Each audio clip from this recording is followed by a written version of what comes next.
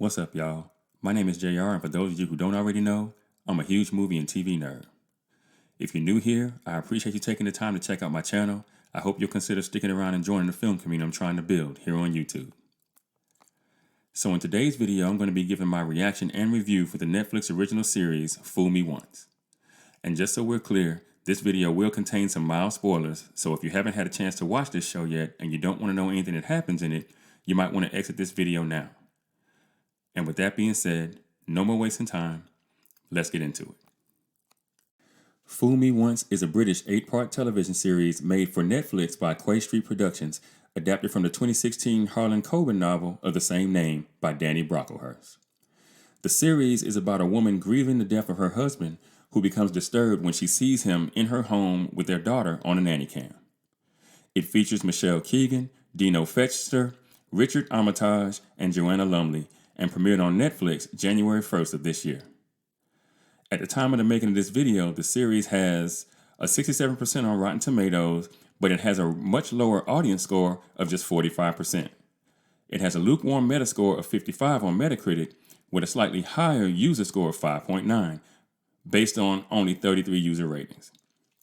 And finally, it has a 6.8 out of 10 on IMDb, and that's based on over 30,000 reviews. So, I'm sure a lot of you might notice that we're getting a lot of crime, drama, mystery thrillers these days. I mean, with all the streaming services that have popped up over the last decade or so, along with the traditional cable networks, it feels like we get a new one of these every month or so, to the point where it's starting to feel like networks and streamers aren't even trying to make sure they're good anymore, so much as they're trying to make sure that they're there.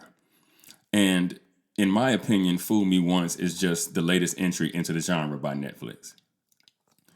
So let's start with the opening image, which is a flashback to 1996 at a posh-looking boarding school of some kind, with some young men hazing another young man while he's tied to a chair in some kind of ritual. And then, at the last minute, one of the young men goes to lift his mask, and then we're brought into the present at a funeral, and that's where we meet Maya, the story's main character, played by Michelle Keegan. And I have to say, this character is one of the most unlikable characters I've come across in quite some time. Now, I always contend that, especially with shows like this, as a writer, you have to make a decision about whether or not you want your main character to be likable or not, and that typically has to happen pretty early on in the process. And I always say that, though you definitely want your character to have some flaws, so they're relatable, but ultimately, these types of stories work better for an audience if they like the lead character. Because if they don't, they're not rooting for them to succeed at solving the crime or whatever else it is that you have them doing in a story like this. Especially since in these types of shows, they're not typically qualified to solve anything. That's what we pretty much have going on in this story. Par for the course. But what makes this story particularly different is the way that technology is involved in the telling of this tale. After the funeral, Maya receives a picture frame with a nanny cam in it from a friend so that she can watch her daughter's doings with the nanny when she's not home, which will no doubt come in handy now that she's a single parent. But things get kind of freaky when she sees her husband, the one who's supposed to be dead, walk into her daughter's room and essentially spend time with her. And I have to admit, that particular plot point did pique my interest. But after that, it's just Maya tearing through her town, confronting and threatening person after person, man after man, as well as her husband's family, demanding information about her husband's death, making the point that she could beat up any man that stands in her way, due to her military background. I mean, never mind the fact that she's about 5'3", 120 pounds, soaking wet with concrete shoes on. But I digress. And speaking of her military background, we find out through flashbacks that she did something that got her dishonorably discharged from the military. Something bad enough that many people who know her thought she should have done time for it. The point is that Maya seems violent, and she also seems to be a bit unstable, which I thought made for an extremely unlikable lead in this particular case. Now, as for the other elements of this story, the supporting characters were interesting enough. I personally like Sammy Kearse, the detective working on the case involving Maya's claim that her husband was still alive.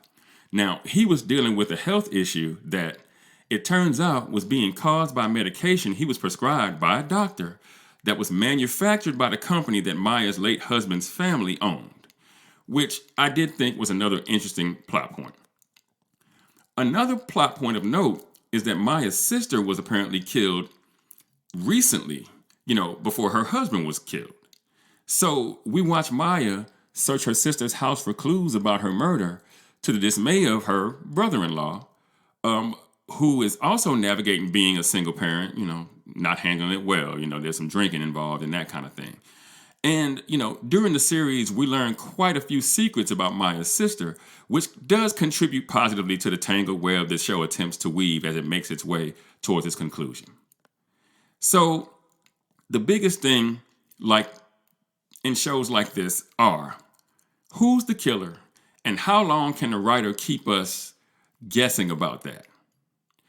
Now, this show does a pretty good job of both hiding and then later on declaring both of those things. And in the end, Maya ends up winning, like you expect her to, though it does come at a pretty high cost for her. Now, overall, I give this show a 55% or a 5.5 if you're thinking IMDb score. It's a show that had potential, I'll admit. And it also had a chance to stand out from all the others. Keegan's acting is okay, and the writing is serviceable at times, but the show ultimately is undone by its main character and her unlikability. I didn't really care if Maya succeeded in her quest. In fact, I found myself hoping that she wouldn't. And outside of that fact, the rather pretentious nature of the show, though that could just be it was made in the UK, you know how that goes. The rest of it was rather forgettable. But what do you guys think? Have you seen Fool Me Once yet? If you have, did you like it? Or do you think it was just another in the long line of mystery thrillers we're being inundated with on networks and streaming services these days? Let me know in the comments. And for those of you who might be new to the channel, be sure to like and share this video. If you really like the content, be sure to subscribe and hit that notification bell. That way you'll be notified whenever I drop a new video. Also, be sure to go check out themadScreenwriter.com for more television and film reviews and info on my upcoming film projects.